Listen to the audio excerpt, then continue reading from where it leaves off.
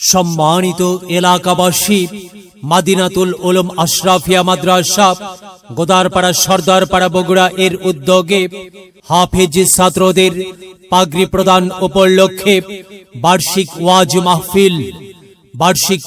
মাহফিল স্থান মাদ্রাসা প্রাঙ্গণ, তারিখ 2 নভেম্বর 2024 খ্রিস্টাব্দ, রোজ শনিবার, সময় বাদাসর হইতে। সভাপতিত্ব করবেন আলহাজ ডাক্তার মোহাম্মদ আজাহার আলী, চেম্বার গোদারপাড়া বাজার বগুড়া।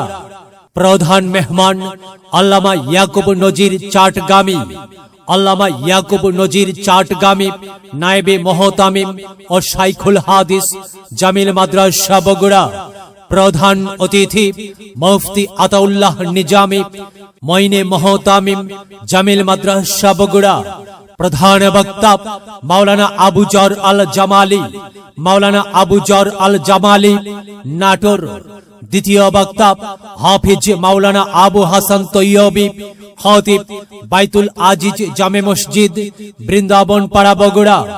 মাহফিল সঞ্চালনায় জনাব মোহাম্মদ রাসেল মন্ডল, কার্যকরী সভাপতি আন্তঃজেলা ট্রাক পরিবহন শ্রমিক ইউনিয়ন বগুড়া।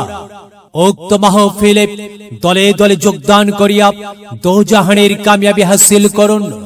আমন্ত্রণে মুফতি ইউসুফ নিয়ামতপুরী, পরিচালক অত্র মাদ্রাসা, ইমাম ও খতিব পশ্চিম গোদারপাড়া জামে মসজিদ বগুড়া।